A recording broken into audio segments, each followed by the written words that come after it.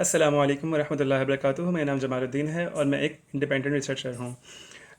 आज जिस टॉपिक में बात करने वाला हूँ वो हमारी जॉब कल्चर, स्टार्टअप कल्चर, किस तरह से मैनेजमेंट होती है, किस तरह की जॉब की हायरिंग होती है, किस तरह से आप जो है अपने आप को वर्क फोर्स का हिस्सा बना सकते हैं, क्या एम्प्लॉयर की एक्सपेक्टेशंस होती हैं और क्या जो है अपना एम्प्लॉयर को एक्सपेक्टेशन नहीं रखनी चाहिए या रखनी चाहिए है नई जनरेशन से जो कि अभी इस वर्क फोर्स का हिस्सा बन रही है। 2025 चल रहा है। अभी जो फ्रेश लोग हैं जिनमें मैं भी मौजूद हूँ, मेरा तकरीबन पिछले 8 साल का एक्सपीरियंस है जिसमें मैंने तकरीबन 22 कंपनीज़ के साथ काम किया है। अभी भी मैं मोस्ट वांटेड एम्प्लॉय हूँ, एक साथ 4 कंपनीज़ के लिए काम कर रहा हूँ, टारगेट बेस्ड एम्प्लॉय हूँ। टाइम या लोकेशन बाउंड नहीं हूँ, मैं अपने घर से बैठ कर ही काम कर रहा होता हूँ ज़्यादातर, सिवाय इसके कि किसी प्रॉब्लम को सॉल्व करने के लिए मुझे फिजिकली जो है अपना किसी लोकेशन पे जाना हो, तो मेरा ज़्यादातर काम घर से ही हो रहा होता है।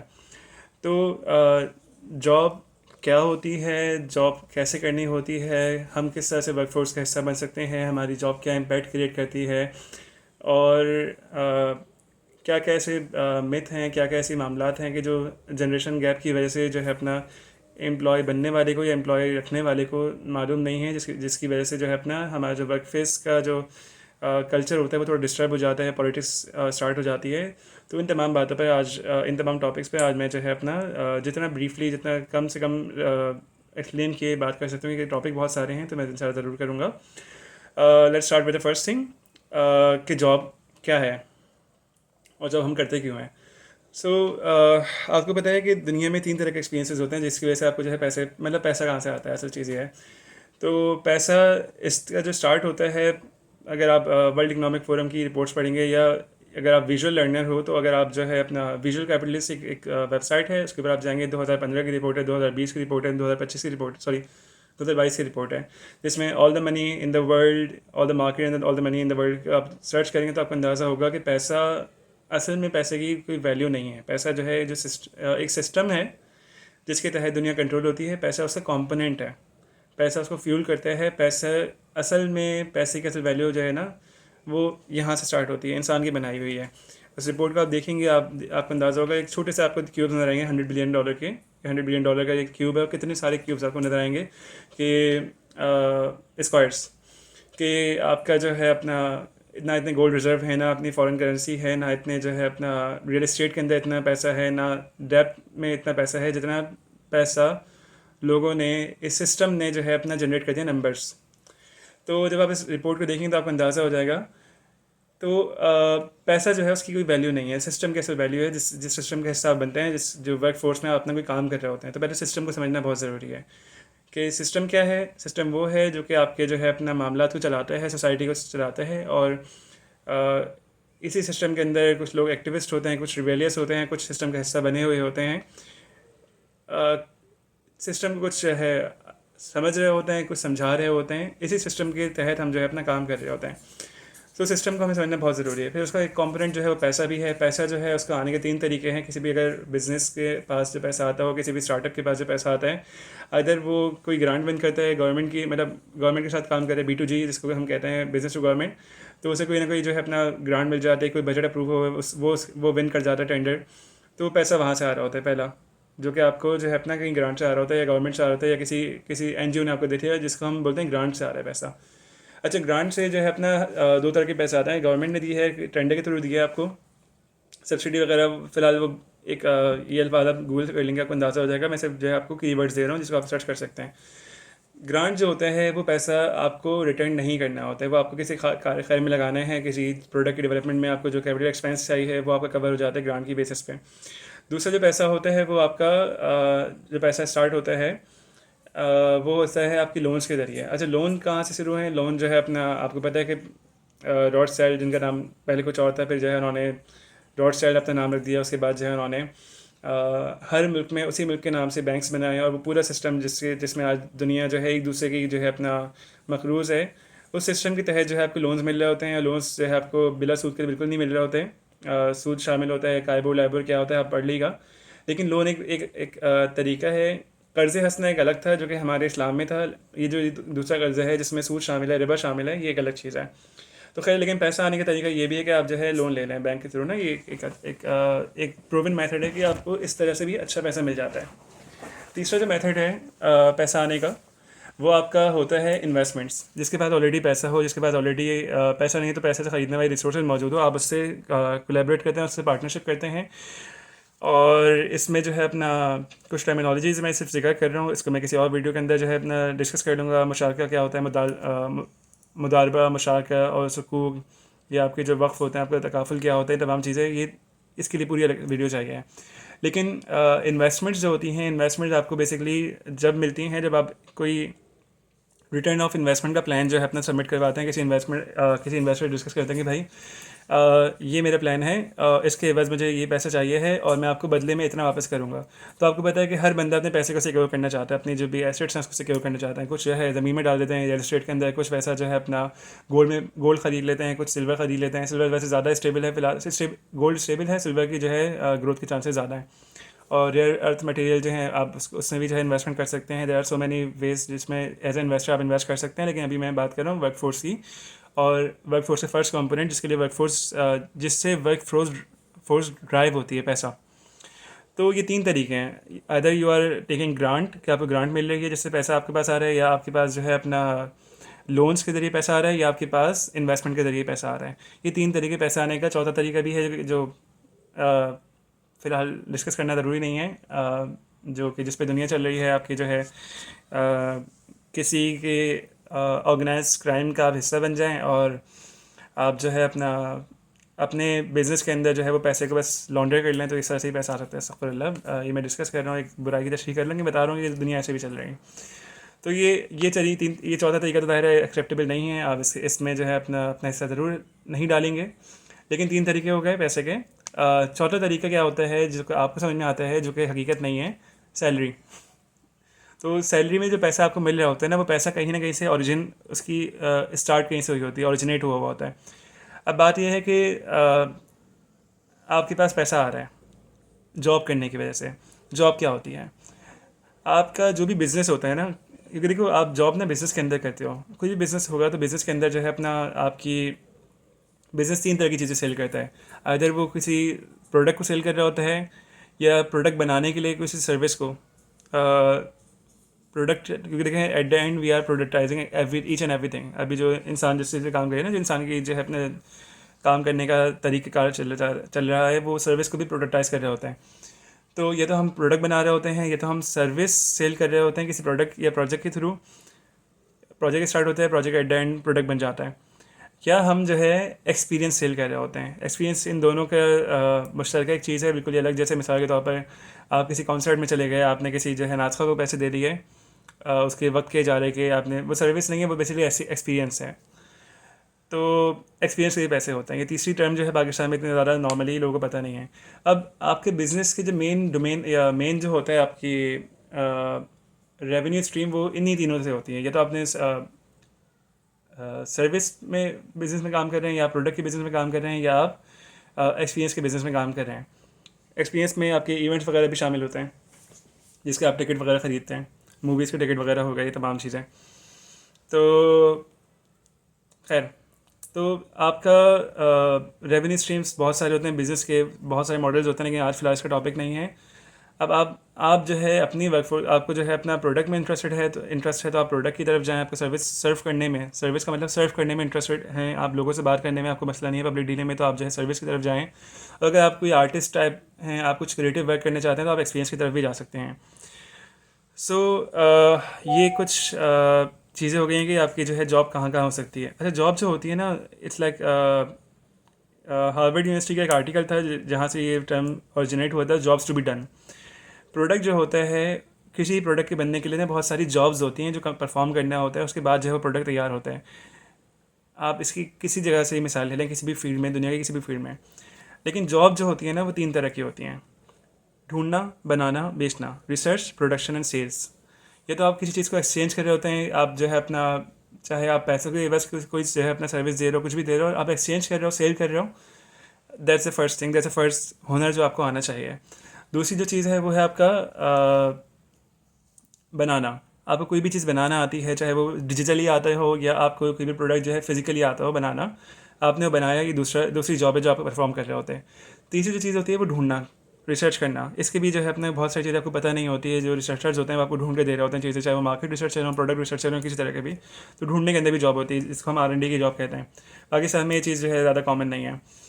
तो आप किसी भी, आपने आपकी पढ़ाई किसी भी साइंस की किसी भी फील्ड के अंदर हो, साइंस की हज़ारों फील्ड होंगी, सब्जेक्ट कोई भी हो, ऑब्जेक्टिविटी सिर्फ 3 है: ढूंढो, बनाओ और बेचो। आप इन 3 ऑब्जेक्टिव में से किसी एक ऑब्जेक्टिव पे आप जॉब कर रहे होते हो। तो ये तो हो गई जॉब्स की बात।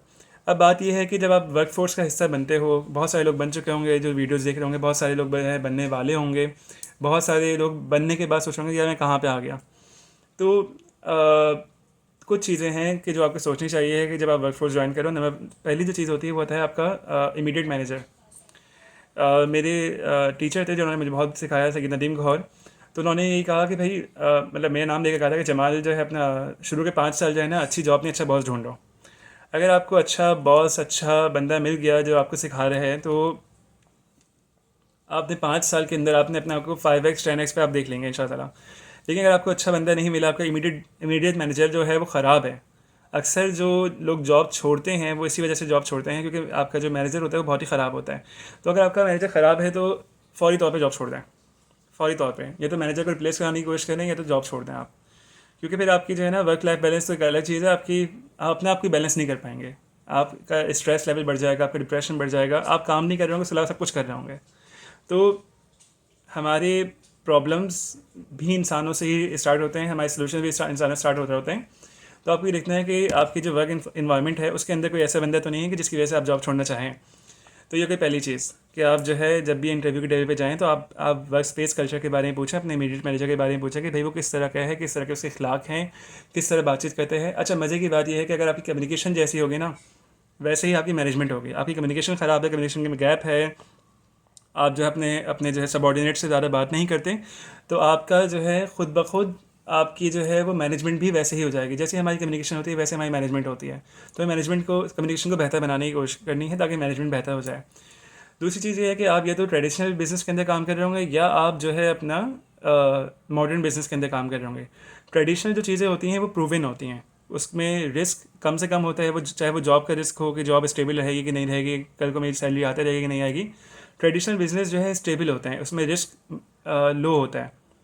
आप किसी भी बिज़नेस की बात कर लें, चाहे आप इम्तियाज़ में जॉब करने जा रहे हो, नाहिद में जॉब करने जा रहे हो, आप मतलब या आप जो है अपना किसी ऐसे ई कॉमर्स स्टोर के अंदर काम करना चाह रहे हो, या ऐसे किसी ई कॉमर्स स्टोर नहीं कहूँगा, ई कॉमर्स जो है आपकी जो गाड़ियों की सेल परचेज होती है इंटरनेशनली, या आपकी किसी ऐसे मार्केट में काम कर रहे हैं जहाँ पे डिमांड और सप्लाई का इतना मसला मसाइल नहीं है, ट्रेडिशनल बिजनेस है, तो वहाँ पर आपको रिस्क तो कम मिलेगा, लेकिन वहाँ पे कल्चर भी आपको ऐसा मिलेगा जो ट्रेडिशनल है, जो कि आपकी आपकी जो है जो एज ग्रुप है, या आपकी जो जिस टेक्नोलॉजी के आपके घर में जिस टेक्नोलॉजी का से आपने सराउंड किया हुआ है अपने आप को, या जो तौर तरीके हैं आपके, उस तौर तरीके पे वो बिज़नेस नहीं चल रहा होगा। अच्छी बात ये होगी कि अगर आप स्टेबिलिटी ढूंढना चाह रहे हैं अपने अपने करियर में, अपनी लाइफ में आपको स्टेबिलिटी चाहिए, तो आप ट्रेडिशनल की तरफ जाएँ। स्टेबिलिटी या सस्टेनेबिलिटी एक अलग चीज़ होती है, और 4 तरह के लोग होते हैं, उनके बारे में आज बात नहीं करूँगा। इनोवेशन वाले अलग होते हैं, सस्टेनेबिलिटी वाले अलग होते हैं। अगर आप सस्टेनेबिलिटी आपको चाहिए अपनी ज़िंदगी के अंदर, तो आप ट्रेडिशनल बिज़नेस की तरफ जाएँ, आप मॉडर्न बिज़नेस की तरफ नहीं जाएँ। मॉडर्न बिज़नेस जो होते हैं उनमें डेली बेसिस पे ट्रायल एंड एरर चल रहा होता है, उनके अंदर जो है अपना प्रूवन मेथड्स नहीं होते हैं। वो हर रोज़ जो है ट्रायल एंड एरर कर रहे होते हैं, हर रोज़ जो है आप ये कह लें कि तजुर्बे से गुजर रहे होते हैं। रिस्क बहुत हाई होता है, लेकिन वहाँ ग्रोथ के चांसेस ज़्यादा होते हैं। अगर आप इनोवेशन ड्रिवन आदमी हैं, अगर इनोवेशन ड्रिवन औरत हैं, तो आपको चाहिए कि आप किसी स्टार्टअप, स्टार्टअप कहते हैं, स्टार्टअप की ज़्यादातर लोगों को पता ही नहीं है। लोग समझते हैं कि बिज़नेस स्टार्ट होने को स्टार्टअप कहते हैं, लेकिन ऐसा नहीं है। बिज़नेस आप दुकान भी खोल सकते हैं, स्टार्टअप जो होता है वो एक अलग चीज़ होती है। स्टार्टअप एक टेम्प्रेरी बिजनेस मॉडल होता है जिसमें हम बार बार चेंजेस या आइट्रेशन कर रहे होते हैं, जिसको हम जो प्रूवन नहीं होता कि चल पाएगा कि नहीं चल पाएगा, ये market product team market fit है कि नहीं है, उसमें हम बार बार चेंज कर रहे होते हैं, उसमें बार बार तौर तरीके हम चेंज कर रहे होते हैं। किस लिए कर रहे होते हैं? क्योंकि हमें ना डिस्टरप्ट करना होता है, मार्केट के अंदर न्यू इनोवेशन लेकर आना होता है, मार्केट को बिल्कुल ही पुराने तरीके से हटाकर नए माइंडसेट के ऊपर लेकर आना पड़ता है। एग्जांपल देता हूँ मैं, जैसे करीम आया, करीम के आने से पहले टैक्सी चल रही होती थी, हमें घर से बाहर जाना पड़ता था, घर से बाहर जाकर हम जो है टैक्सी ढूंढते थे, फिर टैक्सी वाला आता था, बार्गिन करना पड़ता था। करीम आया, उसने कल्चर सेट किया, उबर भी उस ज़माने में मौजूद था। तो करीम उबर आए और आपका जो है अपना वो ख़त्म हो गया, आपका क्या कहते हैं, टैक्सीज ख़त्म हो गई आपके। व्हाट्सएप आया आपका जो है वो ख़त्म हो गया। अल्लाह का भला करें। आपकी जो नॉर्मल कॉल्स आप करते हैं जिसमें आपको पैसे देने पड़ते थे, वो बिज़नेस मॉडल ख़त्म हो गया, व्हाट्सएप का बिज़नेस मॉडल चल रहा है। उसके बाद जो है आपका, अगर और मिसालें आप लेना चाहें तो आपके फूड डिलीवरी का सिस्टम्स आ गए आपके जो है। कोई भी आप टेक्नोलॉजी, अब वर्कफोर्स की बात कर लें आपके, आप अब जैसे मैं अपने आप को देखता हूँ कि मैं घर बैठे हुए काम कर रहा होता हूँ। ये आज से 20 साल पहले कुछ अफोर्ड नहीं कर सकता था, घर बैठे भी जॉब परफॉर्म हो सकती है, लेकिन आज कर रहे हैं। ज़्यादातर लोग अपने जो है जॉब घर से बैठ के परफॉर्म कर रहे होते हैं। तो न्यू कंपनीज जो होती हैं ट्रेडिशनल से बिल्कुल ही हटके होते हैं। स्टार्टअप जो होते हैं उनका बिल्कुल ही एक अलग तरीक़ेकार होता है चलने का ना, और चलाने का। ज़रूरी नहीं है कि स्टार्टअप जो कर रहे हो वो यंग ही हो। एवरेज स्टार्टअप सक्सेसफुल लोगों की जो एज ग्रुप है वो 44 है। यानी आप अगर 44 की एज के आसपास है तो आपका सक्सेस रेट हाई है। स्टार्टअप जो होते हैं उसका सक्सेस रेट होता है 1%। यानी अगर आपने 100 स्टार्टअप लोग किए तो 100 में से शायद एक या 100 लोगों ने स्टार्टअप किए तो 100 में से एक स्टार्टअप चलेगा। लेकिन उसका इम्पैक्ट ये होता है कि इकोनॉमी के अंदर वो 12 से 15% जो है ना इकोनॉमी का हिस्सा बन रहे होते हैं। तो ये एक ना बहुत ज़्यादा रिस्की जॉब होती है स्टार्टअप के अंदर। आप जब भी काम कर रहे हो तो आपको स्टार्टअप को समझना बहुत ज़रूरी है।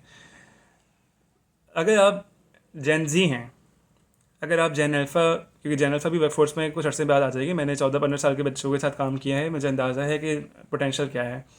मेरी अभी खुद की उम्र जो है 28 साल है, 29 से मिल रहे हैं इस्लामी लिहाज से। तो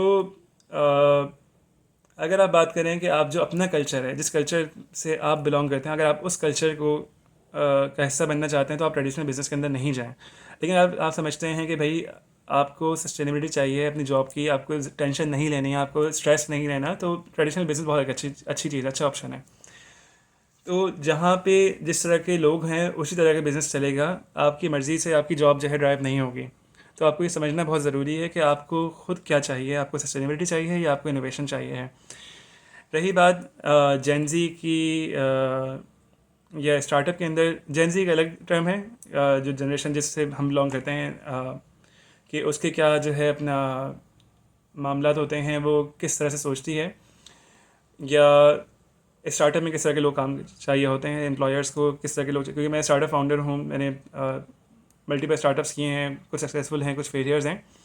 तो होता ही है कि देखो, जब हम पाकिस्तान बनने की बात करें, फर्स्ट वर्कफोर्स की बात करें, कि जो हमारे एल्डर्स का दौर था, पेरेंट्स से ही पुरानी एज की बात कर रहा हूँ, उन्होंने पाकिस्तान बनते देखा, उन्होंने जो है वो वर्कफोर्स का हिस्सा बने, उन्होंने ज़िंदगी में सिर्फ एक जॉब की, उसी जॉब पे रहे, रिटायर हुए, उन्होंने अपना घर बना लिया इजीली। उन्होंने जो है 14-15 रुपये की गाय आ जाती थी, 200-400 रुपये का जो है घर खरीद लेते थे। ये ज़माना था, ठीक है। और उसमें जो है कंपटीशन नहीं था, आराम से जो है आपकी चीज़ों की ना वैल्यू ज़्यादा होती थी, कीमत कम होती थी। यानी कदर ज़्यादा होती थी, कीमत कम होती थी चीज़ों की।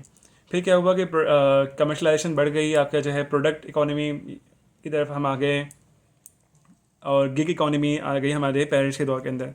तो फिर क्या हुआ कि जो है लोगों ने हमारे पेरेंट्स ने 2-2 जॉब्स करने शुरू कर दी। यानी आपके मेरे जितने भी जो है अपने बड़े लोग हैं जो कि अभी रिटायरमेंट की एज को पहुंच गए हैं, तो उन तमाम लोगों ने, या रिटायरमेंट हो चुके होंगे, उन तमाम लोगों ने 2-2 जॉब्स की। यानी उनका एक जॉब से गुजारा नहीं होता था। अब जिस दौर में हम रह रहे हैं, यहाँ पे जॉब्स इतना तेज़ी से तब्दील हो रही हैं एआई के आने के बाद से, रोबोटिक्स के आने के बाद से, कि जॉब स्टेबिलिटी ही नहीं है।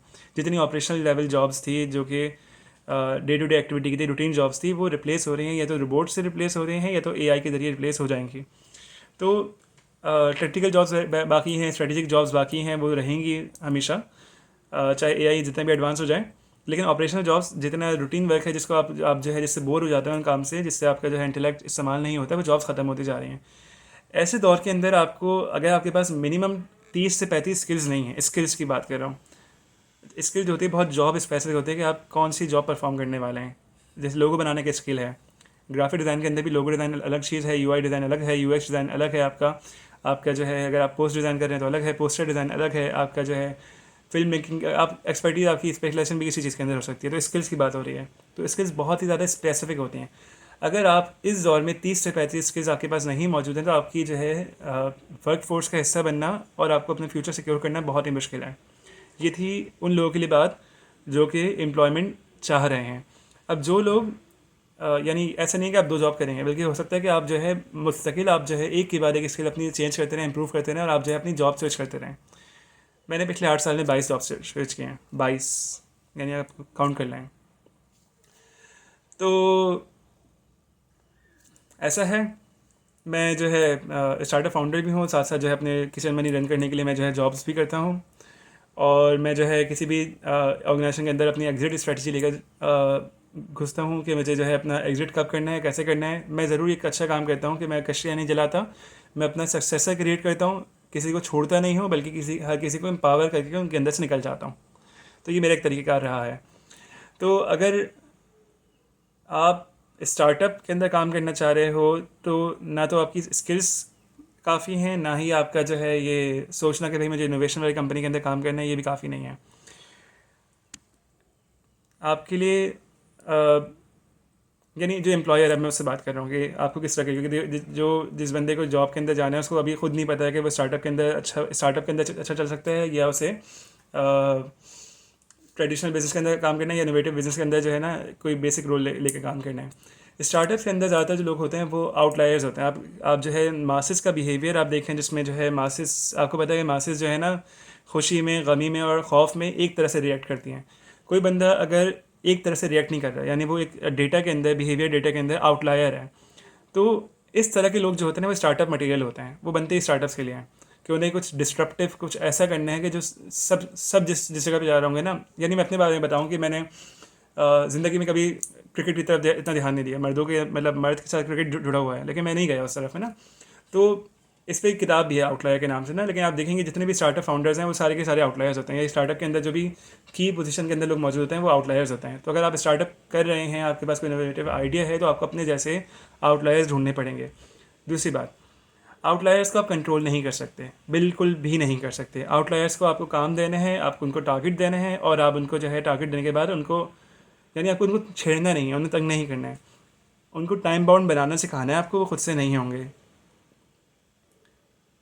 उनको लोकेशन बाउंड भी आप अगर करने की ज़रूरत पड़े तो आप करें, टारगेट बाउंड भी बनाना आपको सिखाना पड़ेगा।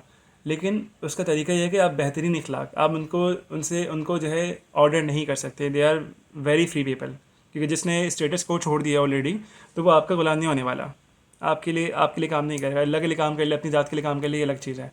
तो आपको देखना बहुत ज़रूरी है कि किस तरह के जो है अपना लोग हैं जिनके जो वर्कफोर्स का हिस्सा बन रहे हैं, आप किस वर्कफोर्स का हिस्सा बन सकते हैं। और आखिरी बात ये कि जेंजी के अंदर ना कुछ कल्चर स्टार्ट हो गए हैं। मिसाल के तौर पर जेंजी अर्ली रिटायरमेंट में बिलीव करती है, वो उनको जो है शॉर्टकट्स चाहिए हैं, 2-3 साल में उन्हें जो है अपना वेकेशन प्लान चाहिए होते हैं उनको, जो है वो, यानी जो चीज़ आपके लिए जो है अपना फैसिलिटीज़ थी कि भाई ये फैसिलिटी भी हो, वो फैसिलिटी भी हो, वो उनके लिए नेसेसिटीज़ हैं जिनके बगैर वो काम नहीं करेंगे। आपके लिए साफ़ पानी होना एक फैसिलिटी था, उनके लिए नेसेसिटी है। आपके लिए एसी होना एक फैसिलिटी था, उनके लिए नेसेसिटी है। आपके लिए जो है वो अपना Friday Saturday, sorry 2 days of आपके लिए जो है एक फैसिलिटी थी, आपको फैसिलिटेट कर दिया आपके इदारे ने, उनके लिए नेसेसिटी है। आपके लिए जो है अपना वर्क स्पेस रिक्रिएशन एक्टिविटी एक फैसिलिटी थी, उनके लिए नेसेसिटीज़ हैं। आपके लिए कम्युनिकेशंस जो है एक फैसिलिटी थी कि आप अपने टाउन हॉल्स हो रहे हैं, उनके लिए नेसेसिटीज़ हैं। ये तमाम चीज़ें आपको समझने की ज़रूरत है कि किस तरह का कल्चर वो एक्सपेक्ट कर रहे हैं। रिटर्न में आपको आपकी आपकी जो एक्सपेक्टेशन है उससे ज़्यादा बेहतर इंशाअल्लाह ये जनरेशन दे सकती है, बशर्त है कि आप भी थोड़ा सा इस जनरेशन के करीब आने की कोशिश करें। तो बात काफ़ी लंबी हो गई है, और मैं समझता हूँ कि मैंने जितना ज़रूरी चीज़ें वो डिलीवर कर दी हैं कि आपको जो है काम किस तरह से करना है, रिपीट कर दिया। ढूंढो, बनाओ, बेचो। फिर आपको ट्रेडिशनल बिज़नेस में जाना है, या आपको जो है मॉडर्न बिज़नेस में जाना है। ट्रेडिशनल के अंदर आपका जो है सस्टेनेबिलिटी देखी जाती है, मॉडर्न के अंदर आपका इनोवेशन से मॉडर्न ड्राइव होता है। फिर आपके जो है अगर आप जो है आउटलायर हैं तो आपको चाहिए कि आप स्टार्टअप्स की तरफ देखें।